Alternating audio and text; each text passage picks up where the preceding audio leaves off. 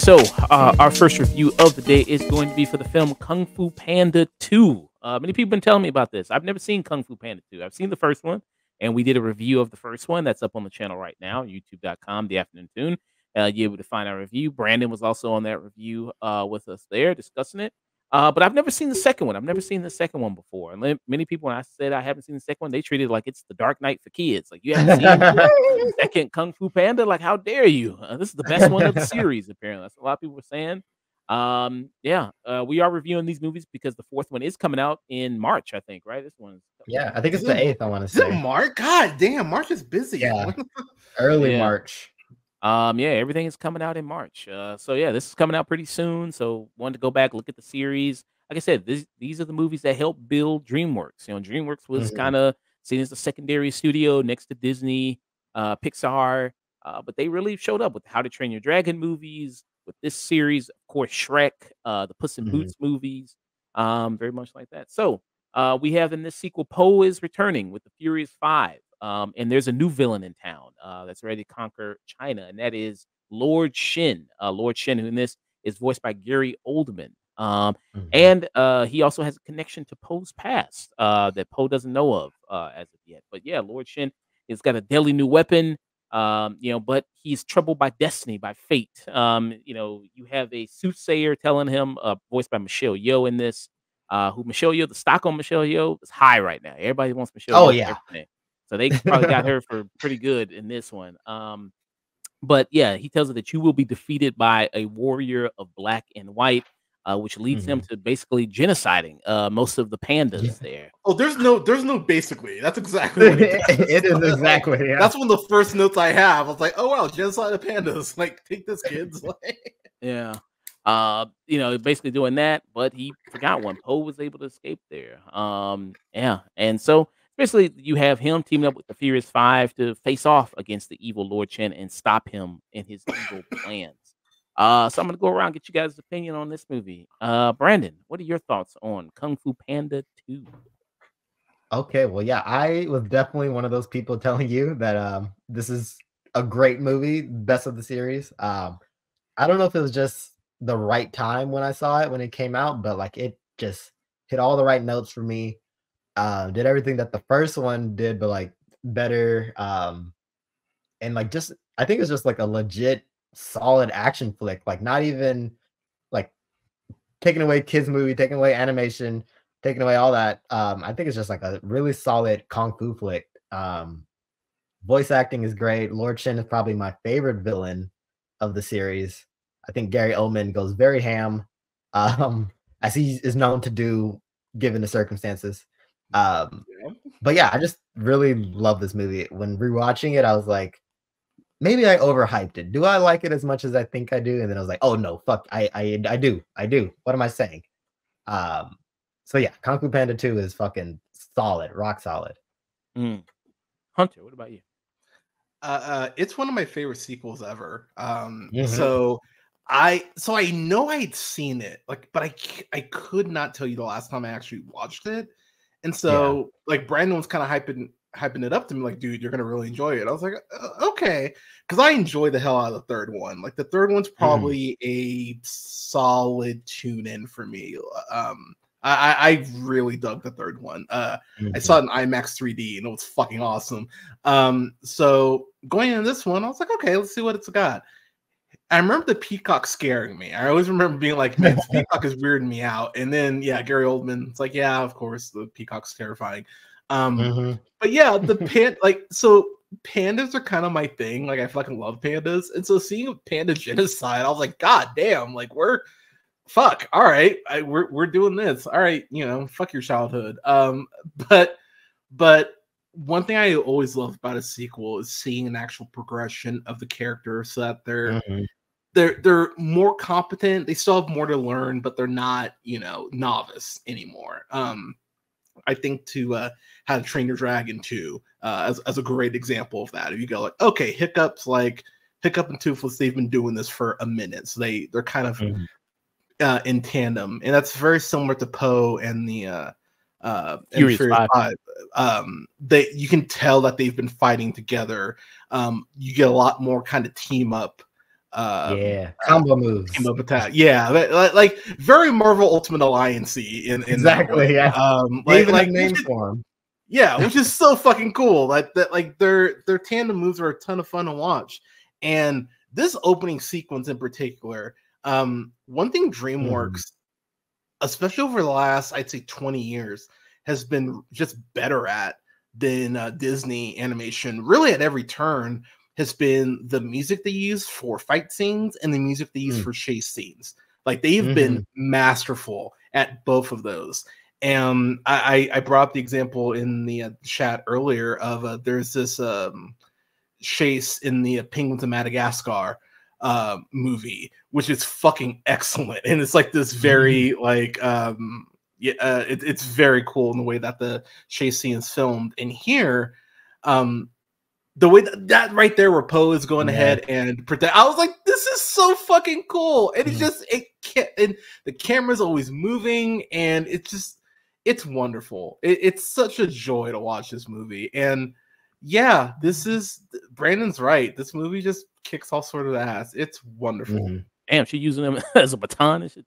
Right? Yeah. Yeah. They throw Poe around a lot. Man, that's amazing. Poe's fine. Yeah, right. I mean, you know, balance. You know. Yeah. I mean, yeah. This is, I think, a fun movie here. I would discuss whether it's better than the first one. I've never seen the third one. I have not seen. Third one's a lot of fun still. Okay, it is. And I like rewatched it, and I was like, I hadn't seen it in a while. I had seen it like once, and I was like, I don't really like the third one. But rewatching it, I was like, okay, it is actually quite good. It really is. One thing I love is his I'm blanking, help me out, Brandon. The guy who trains Poe. Shifu, Master Shifu. Master Shifu. It's 5 minutes and 45 seconds in. It's not even 6 minutes. He goes, yeah, when you're named the Dragon Warrior, it was the worst day of my life. I was like, God damn, dude. I'm like, you're not even 10 minutes in and you're just shitting on Poe. It's like, no, I cannot express in words. It was the absolute lowest point I've ever. And Poe's sitting there like, what the fuck, dude? What I did? Yeah. I think he says it right here. From the universe? From a messenger. Oh, yeah, of course. Our greatest master. Oh, no, he doesn't. But he's just shitting on Poe, just straight up. It's like, yep, didn't want you to be the Dragon Warrior. Really upset that you are. And he takes this long deep breath, like, okay, I've talked shit about you for the last 90 seconds. I guess I should, back in. This is like, right. But it's great, and that's how the movie starts. And it's just it's Dustin Hoffman's great in this. Like he is, honestly. He might be my favorite voice actor in these movies, honestly. He's great across the board. I think the one that always surprises me, just because he did those shitty Alvin and Chipmunks movies, is a David Cross's Like that's always one of those. I'm like, oh yeah, that is David Cross. It's like that's like he's great. But we were discussing it earlier, Brandon. This might be a top 3 Angelina Jolie role. Oh yeah. Like she's incredible in all 3 of these, and it's always one of those things where it's a nice acknowledgement to know who's voicing name here, but there's a point where you just kind of forget who it is because you just get immersed in the character, and she's probably the most interesting character outside of Poe because she in the first movie, almost secondary lead in this one, I feel. Yeah, because in the first one, like you get why they're pissed. Like they've been fighting, they're training their whole lives, and it's in this fucking buffoon like literally falls from the sky, and this old ass turtle goes, you, and everyone goes, the fuck. So like you actually get why they're pissed, and her especially, because she's a badass and she's been training them and she's been working for this, and then this fucking noodle cooker falls in. It's like, oh nope, it's you. And so she's angry about it. But then what's really cool about the first films that you see how he's trained and how he's like kind of an indictment on public education. Weirdly, too, it's like you need to not train everyone the same way. Everyone learns differently, and once they figure out how Poe learns, it's like, oh, you can actually be shockingly effective if you actually play to your strengths. And then once Poe believes that he can, he's able to go ahead and become a great warrior, which you get more of here. I think my biggest surprise is that it's always nice when movies don't talk down to kids, which is one of my biggest fucking pet peeves in reviewing. And you never feel like this movie is talking down to kids. Like there's a death like 15 minutes in, like straight up, just like, oh yeah, he died. And you're like, oh yeah. And you're like, oh, and they don't show it, but it like if you're a kid, you'll go like, oh, giant flash, oh shit, that guy's probably gone. And it's and the movie never lets up on the actual consequences of that, which is really good actually for kids to see. And you get some good stuff on Poe's backstory, which is, man, like I know we talked about the genocide, but it's tragic the way it happens. Like when you actually figure it out, it's like, oh wow, I just want to give the panda a hug. It's there's a lot going on in this movie, and it balances it all pretty well. Yeah, and they do a really cool different animation there when they do the whole backstory. I love that. Which is this type of animation, which is really nice, really cool that they do. Really sets the tone there, which I like. So I think the very beginning of the movie, they give the whole backstory to Michelle Yeoh narrating, giving the whole backstory of Lord Shin, and how he turned into the villain there, which was very cool. Which, because he was an asshole, like that's why.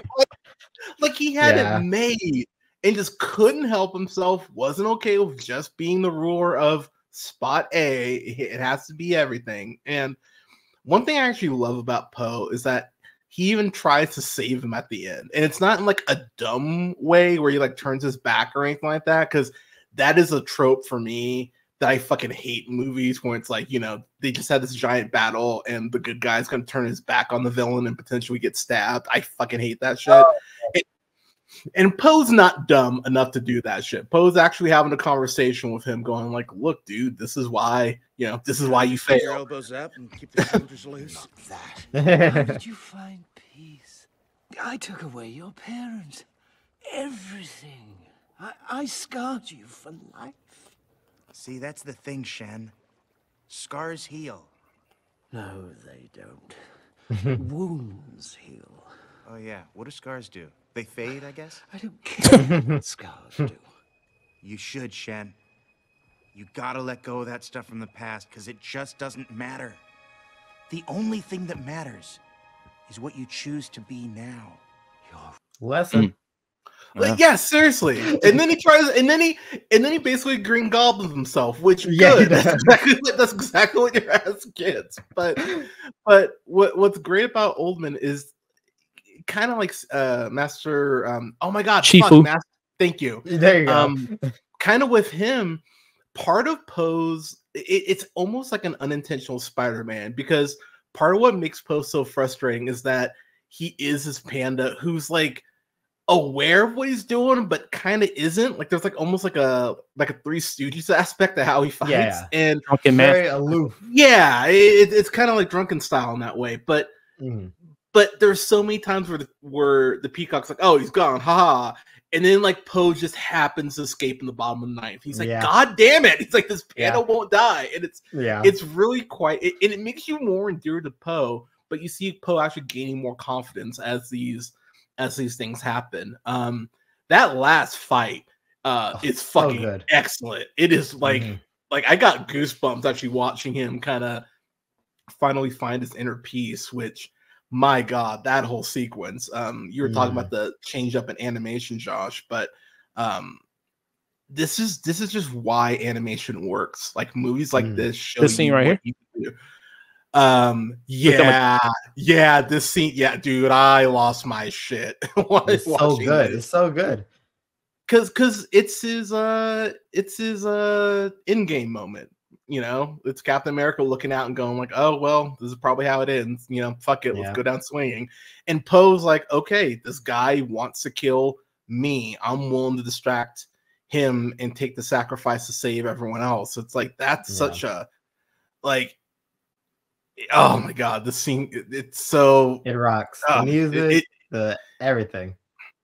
And there's like the amazing thing about this too is that DreamWorks has such a respect for martial arts, the way that they portray everything in these movies, like because there could be a level of just like, you know, we're cashing on this, who gives a shit, but there is respect shown to like all the different styles, like crane style fights crane style, and like like there's an actual cleverness to how everyone fights, that each fight does feel different. There's a the stealth scene with the dragon is a laugh out loud. Like that shit was so goddamn funny. Plus you see this bunny kid see like someone eat like the dragon eat one of the wolves, and just and that kid like the scream, and that shit was funny. Yeah.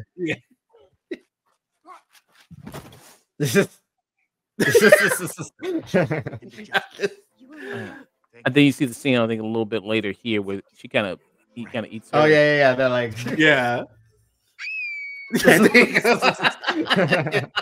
it's very good stuff. So good. But the movie, like in the way that most sequels are in kids' movies, it is definitely darker. You know, panda genocide. But it really addresses like PTSD too, in a way that I was like, okay, you're talking about this.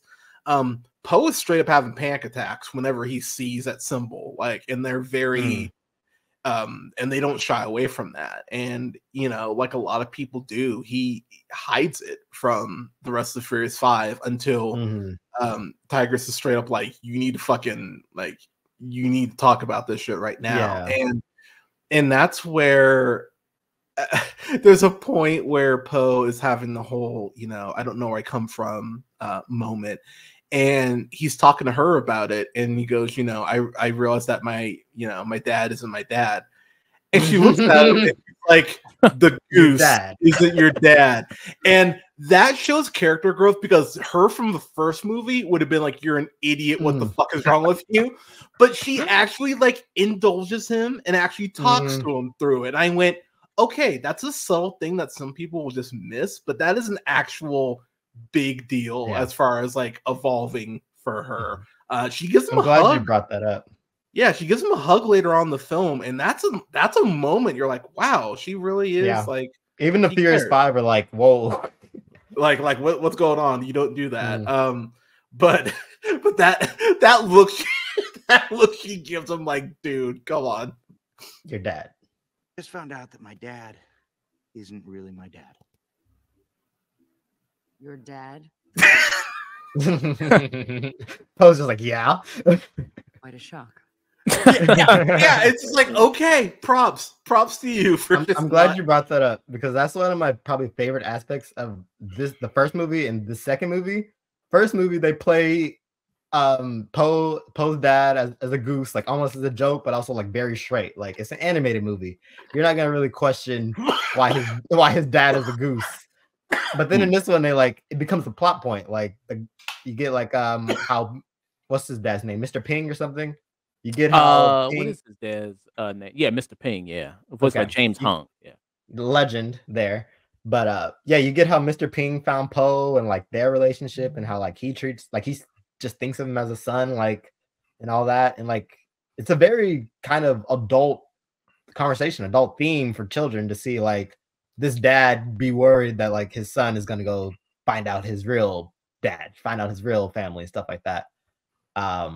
I just like how they really play with that in the first and second movie about Poe's dad, and like that whole reveal. I think it's like super well done. Yeah. So in the sequel, so Jennifer Nelson directed it. So it's a different director than the two directors in the first one. John Stevenson and Mark Osborne directed the first one. So it's a different director here. And she went also to direct the third movie as well. Okay, I thought so. So that's very nice. And then amongst the returning cast that you have here of Jack Black, and there are also the Furious Five of like Seth Rogen, David Cross, Lucy Liu there, and also there Jackie Chan and Dustin Hoffman. You also do have some new members here. We mentioned Gary Oldman, who's the main villain here, Lord Shin, but you also have Jean-Claude Van Damme, who's the Yes, sir. Jean-Claude fucking Van Damme. and you also have Dennis Haysbert, the Allstate man. You know, you're in good hands. Yeah. Yeah, who's also been also in a variety of also things. I just love him in the Allstate commercials that come in. Yeah, he's great. He's great. You know, so yeah, it's the Ox. He comes in there. They're a duo there. And they say like with this invention. So the movie also kind of has a also a thing some martial arts movies do where it's kind of, hey, technology is moving forward. You know, it's kind of gonna it's kind of gonna make kung fu obsolete. You know, nobody's gonna really do that anymore. And then with the presence of Lord Shin, it's like, well, yeah, he's gonna do this cannon type weaponry. It's like, well, you know, kind of kung fu is kind of gonna be pointless there, and kung fu's dead. Which you have that from the characters of Jean-Claude Van Damme. It's Crocodile, and then Dennis Haysbert is Ox there. I'm like, damn, these names, man, they just Master Croc and Master Ox. Yep. It's like Master Ox. It's just like, damn, they could. It's like Viper and Monkey is like, hey, honestly, I love it though, like because it gives them a level of prestige. Actually, kind of changing the names up a little bit. Yeah. So. Okay, yeah. So you have that in this. Yeah. So I like kind of like that element as well there. How do you like the threat of this movie just being like it's kind of like cannons mostly? I kind of really enjoy that aspect. I know I always thought of it like it's like cannons kind of mixed with like fireworks because just how the way it's animated and how it like looks all like the sparks and just all that crap. But like yeah, for that to be like the main opposition, the main threat of this movie that's going to kill Kung Fu is like such an interesting thing, like how you said, like technology creeping in to kind of stamp out the traditional stuff. And that's kind of like what Shin is about. He like straight up when he gets back home, he like throws the throne out the window and is like, nope, it's me now, fuck you, mom and dad. Yeah, but like I like the cannon, I like the firework aspect of it. I really like how they kind of underestimated at first. Or like even like Master Ox and the Rhino, like when Shin pulls up, they're like, oh, this is what you got. But yeah, it's an interesting weapon to bring in when like the first movie and the third are more about kung fu fights, you know, like, and even though if it gets a little mystical with it. So I think this movie going with technology and like how Shin because like in the backstory it didn't even show like the soothsayer had a part in like creating it, right? Yeah, which they do get into like her how that really mirrors the first film with Master Shin, and then the tiger whose name I'm totally blanking on. Tai Lung. Yeah, thank you.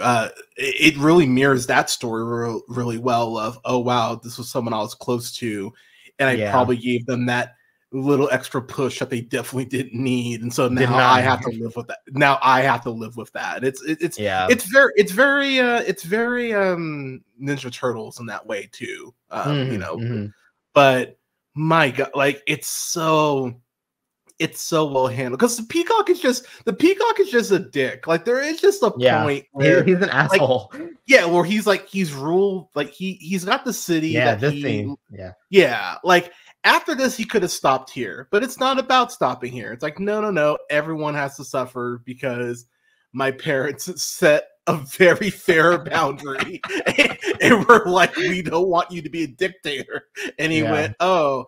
And you know, in the peacock, you know, last name. Oh yeah, you know the peacock's last name was Trump, did you? But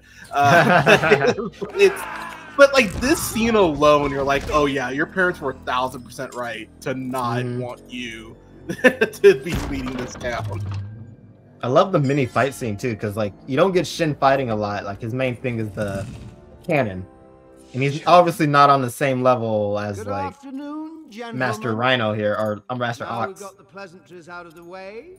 Yeah. How do you like the voice work by Gary Oldman? Oh hell yeah, Gary Oldman kills it. I think. Yeah, very interesting choice. Yeah, he's very. It's really funny how just a little tweak in the tone can make him a great Commissioner Gordon or a terrifying peacock. Like it's fascinating. There it is. It's fascinating how that works with him. I love Seth Rogen in here. Like this is one of those times. Mantis, where Seth Rogen's bits really work. And you can tell he's having fun with this. I'm sure he was stoned as fuck recording these lines, but you can tell he's having a blast. You know, there's this point he's like, yeah, you know, I thought I'd settle down, you know, find a girl, have her bite my head off, and it's played completely straight. I was like, oh well, yeah, you are man. Okay, yeah, okay, you would.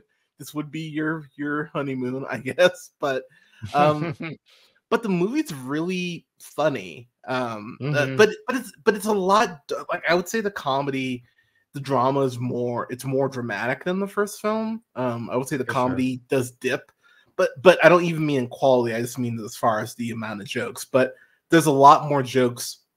There's some really great sight gags that really work. We mentioned the whole puppet eating thing, but then it turns into like a straight up Pac-Man. Like centipede shot. It like clearly intentionally. I was like, oh, that's fucking clever. So I mean, the film does stuff like that you go that on a rewatch you'll go like, oh shit, I didn't catch that the first time. Or even like the when Poe is trying to get was it Croc, James Van Damme Croc and out of jail, and like they're just like flipping back and forth. Oh, that was like fun the sail. Really good stuff. But it's interesting, like how this and something like How to Train Your Dragon 2, how both these films definitely you still feel the weight of what happened in the first film. But you know, Hiccup loses his dad in the second film, and you're like, fuck, and like halfway through too, like after finding his mom, and like these DreamWorks sequels have done a really great job of adding on consequences, but still keeping the films fun, but maturing the characters in a natural way. I think like Last Wish is like the best example of that recently. I do not remember that first Puss in Boots movie at all. But I the first one, but this is Last Wish was just fantastic. So I don't know, man. DreamWorks has been very I've talked about it. I think as much as I'm cashing those Disney checks from my Marvel review, I think Disney on the animation side has been really uninspired with a few exceptions. We were talking about Brandon, like what would you say, like Luca? Luca, Turning Red, and Soul are like Soul. I would say for me, and then I would say, like, I know it's a little further back, but Raya and the Last Dragon, I would say for me. But what about Encanto? You don't like? Encanto. Encanto definitely. But then it's like Elemental. I was like, I watched Disney Wish. Jungle Fever. That's about you. right. Yeah. The Hunter movie. Elemental, Wish, like Good Dinosaur, Lightyear, and like it's been just a lot of uninspired crap on the animation side from Disney, and it's really frustrating, honestly, because of all the resources they have, they should be turning out at least good movies on a consistent basis on the animated side, and they really haven't been. Strange New Worlds was mid too. Very mid. Like it's just like I don't know what's going on the animation side, but they've been just slacking, and I think DreamWorks has really picked up that baton. Sony as well with the Spider-Verse films, but I think DreamWorks has really even been is it Mitchell's versus the Machine Sony? Is that Sony? Yeah, I think. Oh shit. Okay, then that just adds to the point. But like I think one of the last things that Disney did, I think it was 20th Century, so technically Disney now, but I remember Ron's Gone Wrong was like I had a ton of fun with that. But that was something that was so under the radar that they just did not fucking advertise. Shocker. It's like, but yeah, just with the animation from the Disney side, it's felt very just bleh. And this is why you don't want anyone to have a monopoly on shit, because you get things like this when studios and companies think outside the box. And thank goodness, for DreamWorks and these other studios are turning out alternative stuff to what Disney is, because this is a fantastic movie. And I don't think you get this from Disney, to be honest. So, I mean, didn't DreamWorks really start with like a guy leaving Disney and being like, "Fuck you, Disney! I'm making Shrek." Yeah, and like Disney making fun of Disney the whole time. Yeah, I mean, but dude, spite can be a great thing. It is. It is. Man. It's a great motivator. And there's a lot of. I think there's a lot more people in the Hollywood sphere than we even know who strictly worked to act as a counterbalance to Disney. Yeah, right. Because for as much as we give Sony, they've made 2 god tier Spider-Verse films that will be talked about 50 years from now as far as like how you teach animation. So like you can't, like, not many studios can say that. So I mean, give credit where it's due. One of my favorite we got Mutant Mayhem last year. Like that's one of the best animated films I've seen in decades. So I mean, you can still do great stuff in animation, but it's crazy to see how I think other companies have kind of leapfrogged Disney in that way. So, with Kung Fu Panda 2 here, like I said, additional voices here that you have here, new director, and what I like about this a little bit more than the first one is now you do have Poe integrated into the team of the Furious Five, as we saw here in the action sequence here. He's becoming a part of they're teaming up, doing a lot of combo moves, as you see. So they've fully fledged there. You get a little bit more with the Furious Five, I feel like, in this one, especially some more development with Tigress, Angela Jolie's character there, who Brandon said feels more like a secondary lead in this. But you see a lot more development with her, which was really good. I do think this does work on a lot of levels there with this. I love this shot. Yeah. Whether it's better than the first one, I think there's certain elements better than the first one for sure, and especially delving more into Poe's backstory, I think, which is really good. But I heard in the third one, it makes me do want to watch the third one, that you don't really get as much as the Furious Five as you do in the second one.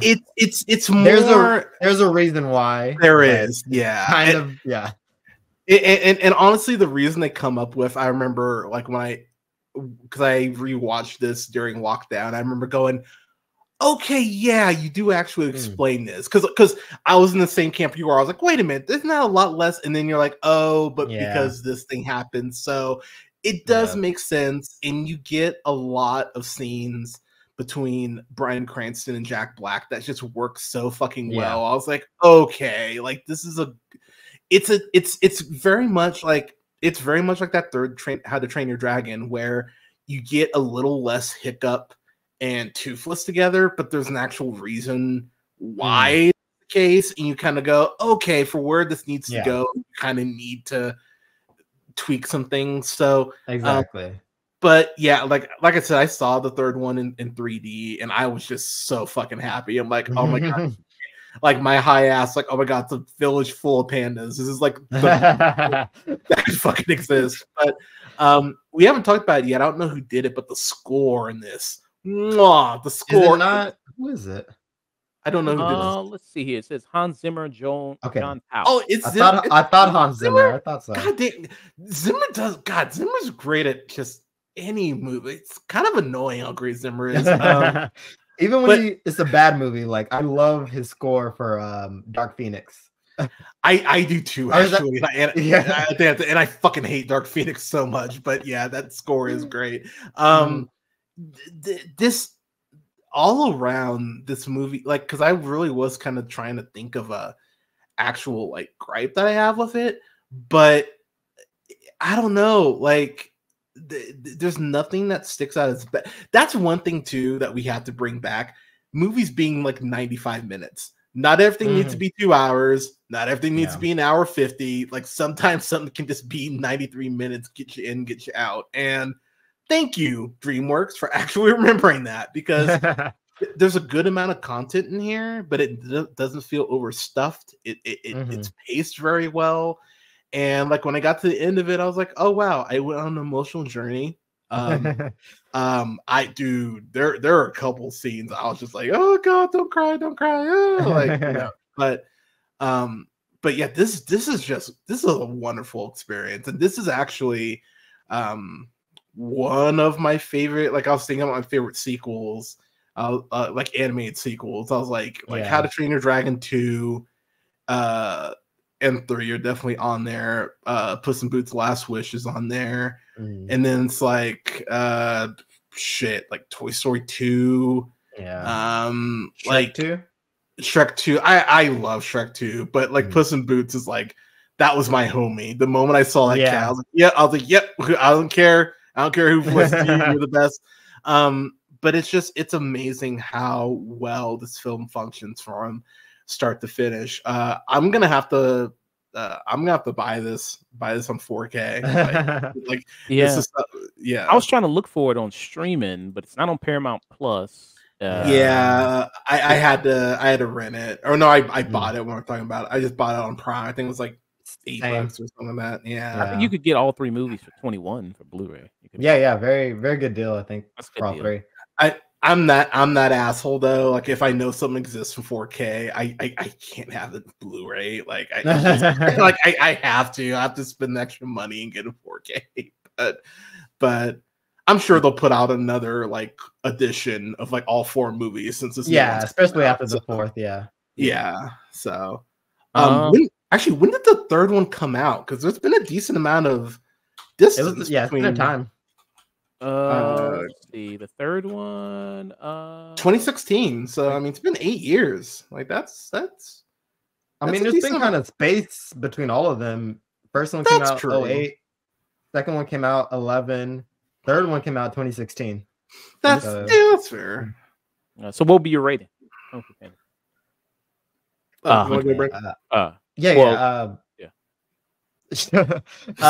love this movie.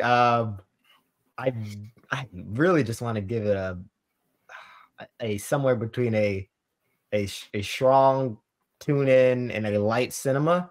Like I don't know.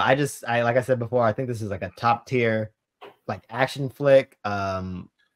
If you're like into animation but maybe haven't like seen a lot of kung fu movies, I think this is like unironically a good start.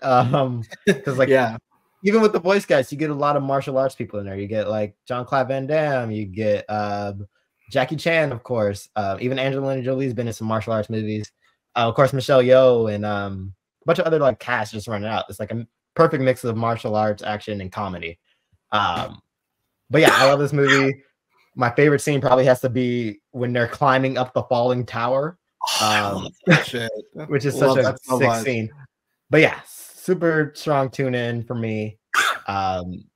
If you haven't seen this, like you've seen the first one, you think you're yourself a disservice by not seeing this one and the 3rd one. You got to just complete it. Just do it. Okay, I might see the 3rd one. I might go ahead and watch it. And you got time. You got time before the 4th. Yeah. So you said peak for you, Brandon? Yeah. Peak. Okay. Hunter, what about you?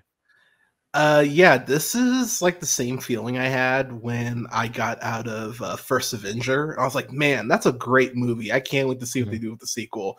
And then the sequel improves on everything I love about First Avenger in every way, shape, or form. I don't say this often. I have adoration for everyone who's involved with this movie. Everyone knew what their job was. Everyone took it seriously, and they knocked it out of the park with this. Jack Black, like I feel like we really undervalue Jack Black at this point because like between even stuff like The Cable Guy and like School of Rock and Super Mario Brothers in these movies and Bernie. In The House of a Clock in Its Walls, which if you haven't seen that, that's a fucking banger. Like Jack Black, him in like great. The first Goosebumps movie, like I really enjoyed him.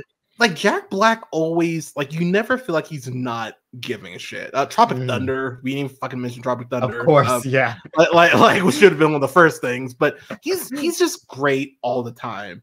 And Tenacious D, God bless Tenacious D. I fucking love Tenacious D.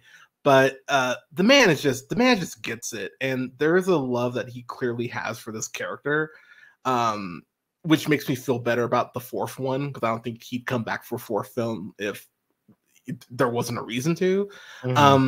But this is excellent. This is peak in the highest order. I haven't logged this on Letterboxd, but I have a lot to say about this. Goddamn, just great movie. Yeah, watch this. Nice.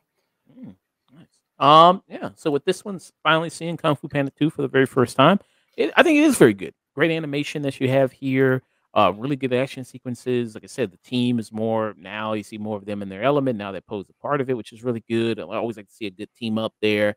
I Mhm. think the villain in this, I like the villain. I think better in the first one than here. I like the more personal Fair enough. connection to the team, as opposed to maybe the villain in the second one. But still very good job by Gary Oldman as Lord Shin here.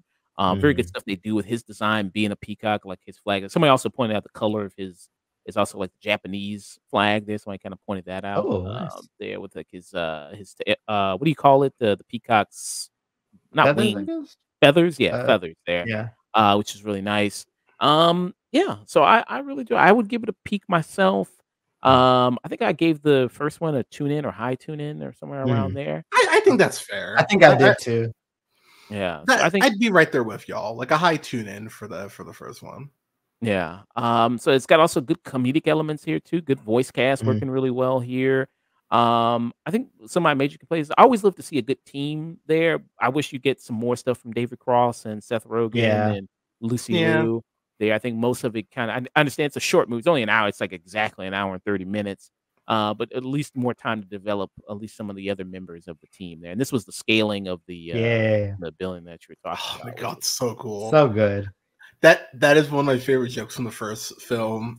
Is that Poe has like action figures of all of them. He's like, "Oh my god, you're all so much bigger in person, except for you. Man. You're basically the same." And just like So good.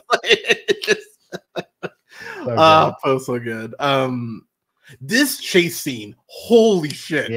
This was so cool. There's this point where they're going down the stairs, and Poe just puts his fist out, and the wolf is just basically like volleyball, tetherballing to his head, his fist. I was like, oh, that's so cool. Like, there's just little things like that where you go, wow, these animators were clearly like, we're gonna show the fuck out on these action scenes.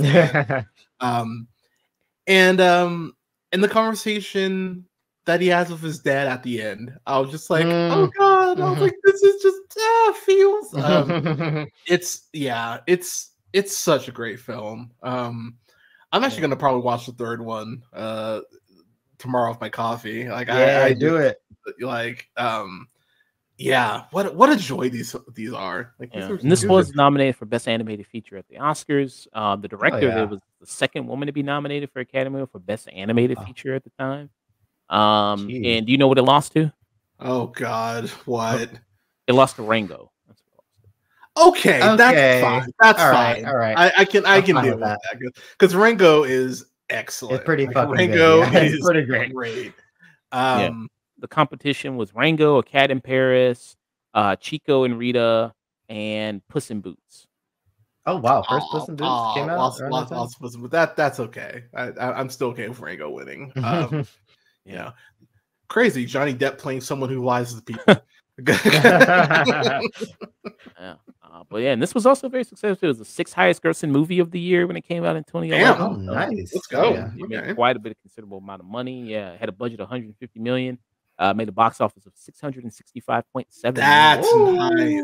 Okay. Oh yeah, that's why you get 2 more sequels after this. Dude, seriously. Yeah. Damn, that's really good. Good for them. And I like how it does respect a lot of the culture there that they're doing of. So much attention was paid to that, which I think is really nice. Oh yeah, man, they could have iron fisted the shit so easily. Oh man, have that panda talking to everyone about this is how you do kung fu. No, but yeah, so peaks all around for Kung Fu Panda.